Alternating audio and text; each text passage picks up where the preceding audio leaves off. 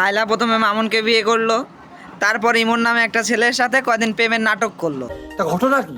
ঘটনার কথা আর কি বলবো, ঘটনা যা ঘটার তা তো ঘটেই গেছে। একটু খুলে বলুন। বলার জন্যই আজ আমার এখানে আসা, আর এই সব কিছু হলো আপনাদের ভালোবাসা। এই সময় কম, শুরু করো। মামুন লাইলা খেলা থেকে বিদায় নেওয়ার জন্য জেলে যেতেও প্রস্তুত। এদিকে মামুনের অভাব পূরণ করার জন্য একটা টিকটকার হাজির হইল। এদিকে আবার বিডি ইমরান সুযোগ পায় লাইলা খেলার প্লাজো ধরে টানাটানি শুরু করে দিয়েছে। কেনটা আপনি আমার কাছে জিজ্ঞাসা করতেছেন কেন? কেনটা আপনি লাইলা খালার কাছে যাই জিজ্ঞাসা করেন।